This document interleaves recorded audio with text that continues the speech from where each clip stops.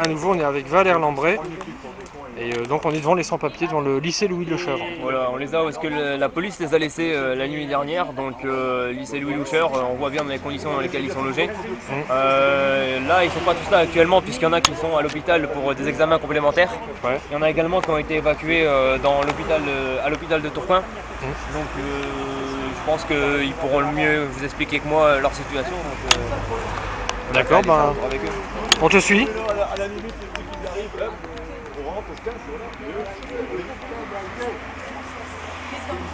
Alors voici Cissé qui est leur porte-parole des grévistes de la faim ici. Donc je vais le laisser se présenter et vous expliquer pourquoi est-ce qu'ils sont là et dans quel cadre ils sont là aujourd'hui. Ouais, ok, bon, je viens vers toi. Lui parce que il faut parler fort parce que la caméra. Là, Ouais, c'est ça.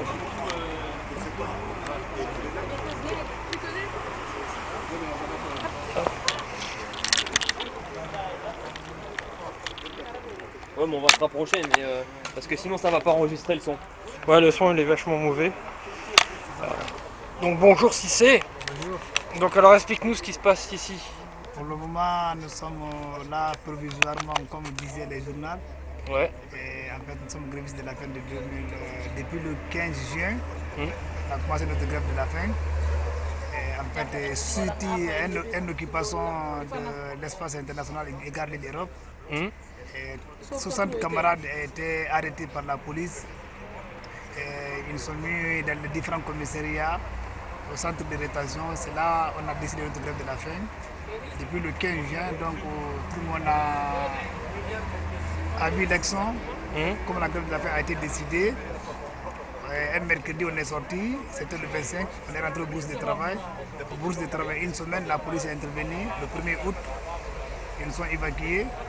L'hôpital, commissariat, et centre de rétention. C'est ainsi par après, je me suis venu, moi le samedi j'étais là à l'hôpital Togo, on m'a mis dehors.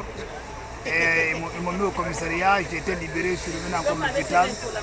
Par après, c'est de l'hôpital que Valère est venu, ils m'ont trouvé là, il était vraiment solidaire avec nous. Vous voyez tous les soutiens qui sont là, qui nous fréquentent et qui ne sont pas à décès. On monte. Ouais, je t'en prie, vas-y. Plusieurs associations qui sont là, des Roubaix qui nous soutiennent. Et donc vraiment, nous sommes déçus par la propriété des hôpitaux. Mais pour la population, nous ne sommes pas encore déçus. Donc notre grève de la faim, on va aller jusqu'au bout. Avec les bons soutiens, on va aller jusqu'au bout et puis on va rester. La grève de la faim, il faut le papier. Si le papier ne sort pas, soit la victoire, soit la mort. Ouais, carrément. Voilà. Notre décision, c'est ça pour le moment. Il y a 56 grévistes de la faim, c'est le 59e jour aujourd'hui, demain ça sera la 60e jour. Le combienième jour? 59e jour. 59e jour. Et sinon, je sais pas trop comment aborder le problème, c'est vous venez d'où en fait? Comment vous êtes retrouvé dans cette situation-là? Comment je me suis retrouvé dans cette situation, pas moi seulement, plusieurs camarades depuis 2004. Il y a eu beaucoup de dossiers déposés à la préfecture, ni la préfecture n'arrive pas à répondre à ses camarades. Le 5 mai, on a demandé à la préfecture de réparer la faute qu'il a commise, qui est le cas de 12%. La préfecture n'a pas réagi. Elle nous dit, vous patientez, nous sommes en campagne électorale, chaque préfet peut décider quelque chose dans son département. On a patienté, on l'a attendu. Après l'élection au premier tour, il nous dit, vous patientez jusqu'à la deuxième tour. Après ça, législative, c'est à la dernière maintenant que vraiment on a décidé de faire des occupations au cours de cette campagne. La préfet ne répond pas. Sa réponse c'est d'arrêter les sans-papiers, surtout les lutteurs. 60 camarades sans-papiers, lutteurs, ils sont tous, leur dossier a été déposé à la préfecture, ils ont fait les promesses d'embauche, attestation de bénévolat, contrat de travail. On a tout fourni, il n'y a pas de réponse. La réponse de la préfecture, c'est d'arrêter les sans-papiers et reconduire à la frontière. Il y a eu 3 camarades qui ont été arrêtés. Grâce à la lutte, ils ont été libérés à l'aéroport, Orly, de 3 Algériens. C'est pourquoi la grève de la faim, on va aller jusqu'au bout. Moi, si j'ai été annoncé régularisé ferme par la préfecture, ils m'envoient encore une convocation d'aller faire le réexamen du dossier. Je connais plein de camarades encore qui sont régularisés. Aujourd'hui, ils ont les kits de territoire. Vous voyez la citation. voyez la situation. Valère connaît vraiment la situation. Il y a 6 mois, il est avec nous, donc il connaît la démarche de CSB, comment ça aider. C'est ainsi que les grévistes de la faim ont décidé de continuer leur grève de la faim. Aujourd'hui, la propriétaire n'arrive pas à répondre, mais demain, s'il y a la mort, il va répondre. Ah, c'est clair. Ah, C'est oui. qu'il faut éviter quand même. L'hôpital, il nous met dehors, refus de soins. Notre objectif, c'est de régulariser d'abord avant d'accepter ça. Donc l'hôpital décide de nous mettre dehors, mais il y a les infirmières qui sont à l'hôpital. Vu cette situation, ils ne sont pas du tout d'accord. Parce qu'ils nous parlent et vraiment ils ne sont pas d'accord. Bien sûr, ouais. Mais ça ne dépend pas d'eux. Il y a Djanka qui est à côté aussi, il va ajouter quelque chose. Ouais. Ok, si, vas-y, parle. Passe ton Richard, ça fait combien de temps que tu es là? Ici, dehors, je veux dire. Dehors, Ouais. à Roubaix, Ouais. ça fait 9 sur aujourd'hui. 9 jours. Ouais. Et comment tu te sens 9 jours dehors? 9 jours dehors, je me sens bien par rapport au niveau des soutiens Ouais. qui sont à Roubaix. Ils nous sont soutenus beaucoup. On a pas mal de soutiens à Roubaix. On est très content de eux. Mais ici, je me sens mal. Parce Pourquoi? que Explique. je me sens mal parce que là où je suis, c'est pas une bonne lieu pour moi. C'est clair. Parce qu'il y a des maladies partout, C'est des en plein maladies air, ouais. comme ça. C'est- Regarde, les gens, ils sont comme des moutons. Ouais. Et pourtant, on est être humain. Dehors, à la rue, ouais. On est Des être chiens, humain. c'est pas des moutons, des C'est chiens. la proposition, Ouais. Voilà. c'est la propos des prophètes qui nous sont mettre comme ça. On n'a pas le choix. Nous, on est jusqu'au bout de notre combat. Régularisation, tous les sans-papiers, le 12%, la lutte continue. Moi, je n'ai pas beaucoup de choses à vous dire. Et comme mon camarade a tout dit, tout est fait comme ça. Donc, notre lutte est jusqu'au bout. C'est ça, quoi. Merci. Ah, merci à vous. L'hôpital Sekeleng a gardé les sans-papiers à l'hôpital. Ouais. Et Armentières aussi a gardé les sans-papiers à l'hôpital. Et Valenciennes aussi. Seulement l'hôpital CSR et Urgence de Lille, et l'hôpital Frobo et l'hôpital Trouquin, pour le moment, qui refusent à garder les sans-papiers. Vu notre état, ils savent très bien qu'on est. Même la police, la première intervention de la police, et aujourd'hui, il y a une grande différence. Parce qu'aujourd'hui, on peut parler à un policier, il dit vraiment, je sais que vous êtes fatigué, donc on ne vous fait pas de mal, vous descendre à pas tel lieu que vous allez occuper. Et c'est l'ordre du bien de bien, c'est pas nous. Parce que les grévistes de la faim sont vraiment fatigués, ils ne pourront pas marcher. Moi, là, je suis comme ça. Depuis que la police m'a déposé la 13e, je suis toujours assis là, je ne peux pas bouger. Quand je vais à l'hôpital, on me propose des soins et je refuse des soins. Il faut le papier. C'est le préfet, M. Kanipa, qui est responsable. C'est lui qui nous a poussé de faire notre grève de la faim. C'est lui le responsable. S'il y a un responsable, c'est lui. S'il y a la mort aussi, c'est Kanipa. Voilà. Et il y a quelqu'un qui s'occupe de votre santé là, qui vient vous suivre tous les jours ou pas du tout? Oui, chaque matin, par exemple, avant-hier j'étais à l'hôpital, hier encore je suis rentré à l'hôpital. Demain encore je ferai tout de rentrer à l'hôpital, même si je ne voudrais pas, je ferai tout de rentrer à l'hôpital. Ce sont toujours des grèves de la faim, on ne peut pas rester comme ça assis, c'est clair. sans aller vraiment savoir notre état de santé. Mais proprement, il n'y a personne qui s'occupe de leur situation, parce que votre question, elle est que non, il n'y a pas de médecins qui sont avec eux, il n'y a pas d'infirmières qui sont avec eux. Ceux qui ont la responsabilité médicale, vu que eux ils sont malades, ils sont pas capables d'appeler les urgences ou des choses comme ça, c'est les soutiens qui sont ici. Ouais. S'il y a quelqu'un qui tombe malade, qui doit aller les emmener. Le monsieur là-bas, l'autre jour, il a fait une crise cardiaque carrément. C'est nous qu'on a dû l'emmener aux urgences en le portant parce qu'ils nous ont dit ramenez-le. Du coup, on voit bien la précarité de l'urgence, quoi. C'est que s'il y a quelqu'un ici qui fait un malaise, et si l'ambulance elle décide pas de venir, ils vont mourir là comme ça tout seuls. C'est bien ce qui pose problème aujourd'hui, quoi. Alors si j'ai bien compris, ils ont fait leur demande de régularisation, c'est ça, hein, Ouais, qui ils leur ont a été tous- promise. Disons Voilà. qu'ils ont essayé de donner des régularisations aux gens qui savaient qu'ils étaient grévistes de la faim et qu'ils voulaient que certains arrêtent pour que le mouvement s'arrête. Ouais. Et que du coup le mouvement du CSP soit cassé, et c'est ce qu'ils ont essayé de faire. Mais les gens, ils ont été suffisamment intelligents pour savoir que la lutte, on l'a gagnée ensemble, on ne la gagnait pas individuellement. Et c'est le leitmotiv aujourd'hui, et c'est bien pour ça qu'aujourd'hui, on est tous là ensemble, et que c'est pas une personne, c'est tout le monde, on veut tout le monde ensemble, quoi. Et concrètement, comment on peut les aider? Bah, déjà, venir ici et discuter avec eux, leur remonter le moral, je pense que c'est quelque chose qui est très important, parce que de voir qu'ils sont pas tout seuls, je pense que c'est primordial. Après, il y a des choses qu'on peut apporter. Vous voyez bien, ils sont dehors, ils ont froid, donc des couvertures. Là, on a des tentes, mais la police, le matin, eh ben, elle s'amuse à venir à prendre les tentes et à les ramasser pour qu'ils passent la nuit dehors sous la flotte, ou de l'eau, du sucre. C'est des choses c'est les seules choses à l'heure actuelle qui leur sont vitales, quoi. Donc voilà ce qu'il leur faut pour l'instant, quoi. Et côté préfecture, on a des infos? Tu penses que ça va bouger ou qu'il faut encore pression? Non, c'est un bras de fer qui est en train de se faire avec la préfecture, et la préfecture ne bougera pas. Ça c'est clair, net et précis. On peut même se demander ce qu'elle attend la préfecture, parce que au vu de ce qui s'est passé hier soir, comment la police achetait dehors les grévistes de la faim, on peut demander si c'est pas de la conscience, parce que quand on sait qu'il y a des gens qui sont en grève depuis de la faim quasiment depuis 60 jours, les jeter dans la rue, c'est un peu comme leur remettre une balle dans la tête, quoi. Et c'est vraiment inadmissible de voir comment la préfecture réagit avec eux, quoi. Ouais, ok. Et donc il y a des femmes, il y a des hommes, il y a des femmes, il n'y a pas d'enfants? Non, il y a que des hommes qui sont en grève de la faim aujourd'hui. Les femmes qui sont là, c'est à titre de soutien. C'est ok, ouais. Donc il n'y a pas forcément, c'est ça aussi qui est bien de voir, c'est qu'il n'y a pas forcément que des Français avec des papiers qui sont là, ou des blancs, parce qu'on va bien mettre les points sur les i. C'est qu'il y a aussi des gens de toute nationalité. On a même des sans-papiers qui sont là en tant que soutien, et qui viennent aider et qui mettent leur vie en danger, parce qu'on sait très bien que la police, elle tourne toujours les jours autour.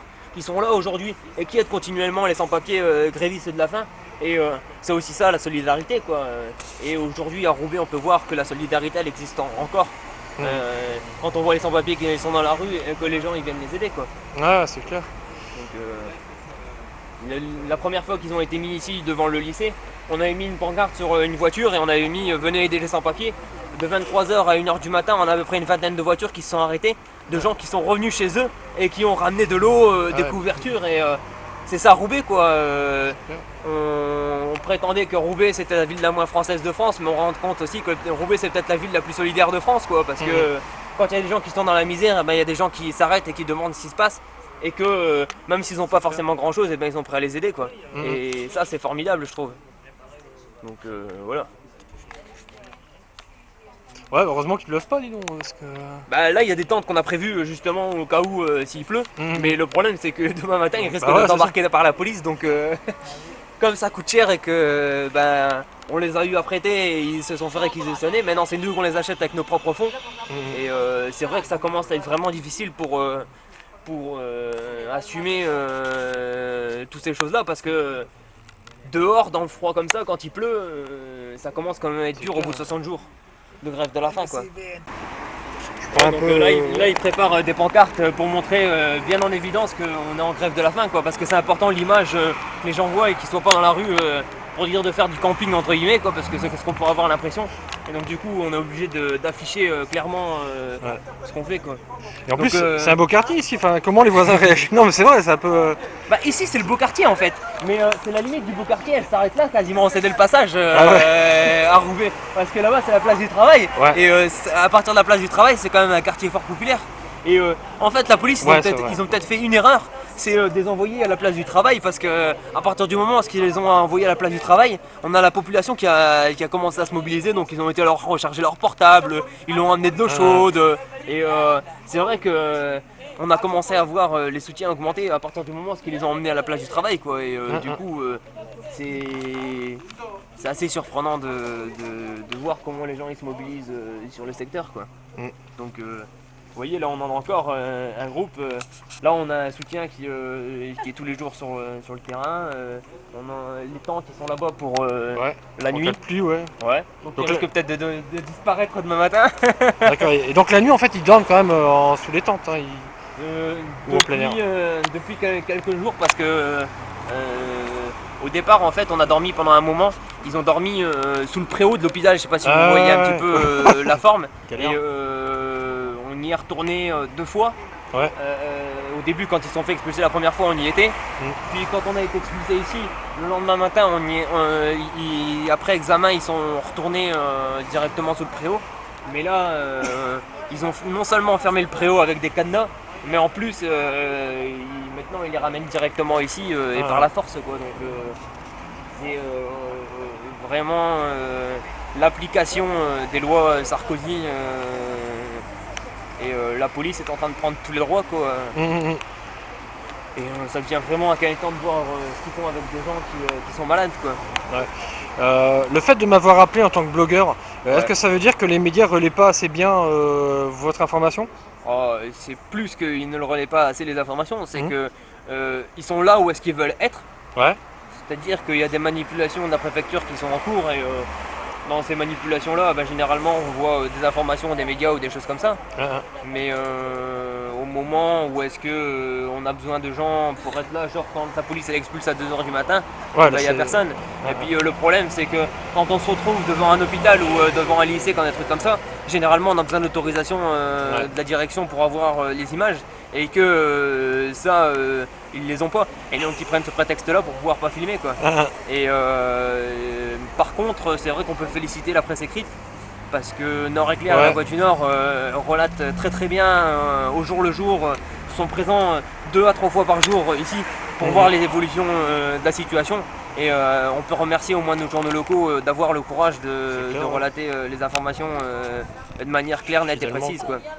Et ça, c'est vrai que c'est pas toujours évident, parce qu'on quand on est dans un journal dit généraliste, c'est pas évident de relater des informations honnêtement. Ouais, c'est pas ça. Donc on peut au moins les en remercier de ce qu'ils font. Et après, les autres journaux, ils en parlent, quoi, mais bon, c'est un peu un fait divers, quoi. Et on prend pas en compte la situation des gens, mais plus l'événement. C'est un événement lambda, quoi, qui se passe dans la journée, quoi.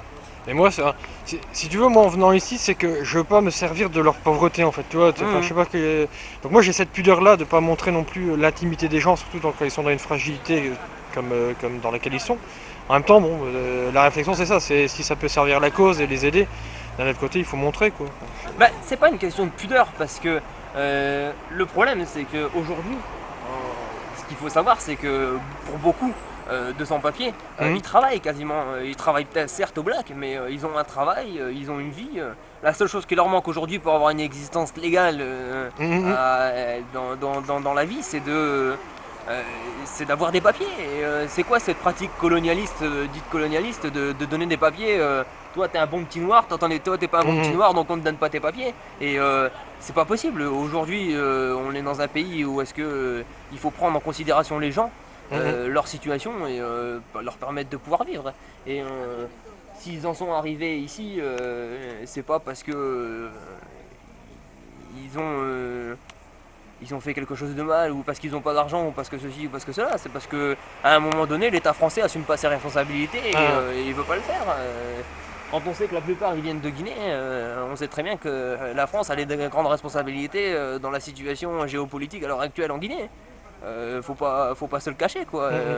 Et donc une fois qu'on a été les exploiter, les piller et toutes les choses comme ça, on dit ça y est, c'est fini maintenant, vous restez chez vous. Je trouve ça un peu trop facile, quoi. Alors, enfin, tu m'excuses un peu la pensée, mais quand tu vois que le président de la République passe ses vacances dans des... Je sais que c'est de la polémique, mais voilà, t'as le président... Qu'est-ce que tu penses de ça, quoi? Est-ce que tu trouves ça assez arrogant compte tenu des situations qu'on vit, qui peuvent être vécues dans les quartiers? Je pense pas que c'est arrogant, c'est une stratégie. C'est-à-dire que le président de la République, il veut ancrer le fait qu'aujourd'hui en France, il y a des très riches qui seront très riches, et il y a des très pauvres qui seront toujours de plus en plus pauvres. Et malheureusement, c'est ce qui est en train d'impliquer aux gens. Quand on voit que l'autre jour aux informations, on entend parler que Cécilia Sarkozy s'est remis de sa maladie, une angine blanche. Ah, franchement, aux 20h, on parle même pas des sans-papiers. C'est vraiment institutionnaliser la pauvreté des gens. Et c'est vers quoi on va. On ne connaît pas encore ici en France ce que c'est que vraiment d'être très riche et très pauvre, parce qu'il existe encore la classe moyenne qui temporise un minimum les excès des très riches. Mais je pense qu'on va y arriver très rapidement et c'est justement ce qu'il faut faire attention. Parce que je pense que c'est Niemeyer qui disait ça, qu'au moment où est-ce qu'en Allemagne ils sont arrivés et qu'ils ont dit quand ils ont arrêté les juifs, j'ai rien dit, j'étais pas juif. Quand ils ont arrêté les communistes, j'ai rien dit, j'étais pas communiste. Quand ils ont arrêté les protestants, j'ai pas protesté, j'étais pas protestant. Et le jour où ils ont arrêté les catholiques, il n'y avait plus personne, j'étais tout seul. Et ben les sans-papiers c'est pareil. Le jour où ils arrêtent les sans-papiers, pourquoi est-ce que je m'emmerderais si je suis pas sans-papier? Mais demain ça va être qui?